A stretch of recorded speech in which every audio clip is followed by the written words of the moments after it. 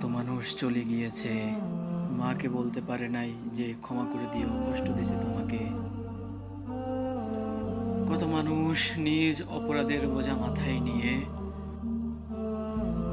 আল্লাহকে এতটুকু বলতে পারেনি যে আল্লাহ আমাকে ক্ষমা করো, আমি ভুল করেছি, আর করব না। তুমি ক্ষমা না করলে কে ক্ষমা করবে? আমি আর করব না।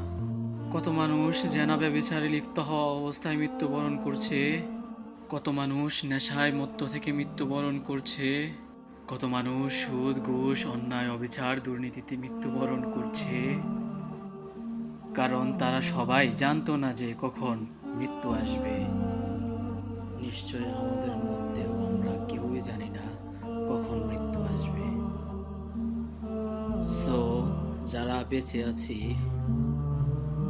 আল্লাহ তাআলার প্রশংসা করি, যে যে অপরাধে লিপ্ত আছি সেই অপরাধ থেকে ফিরে আসি।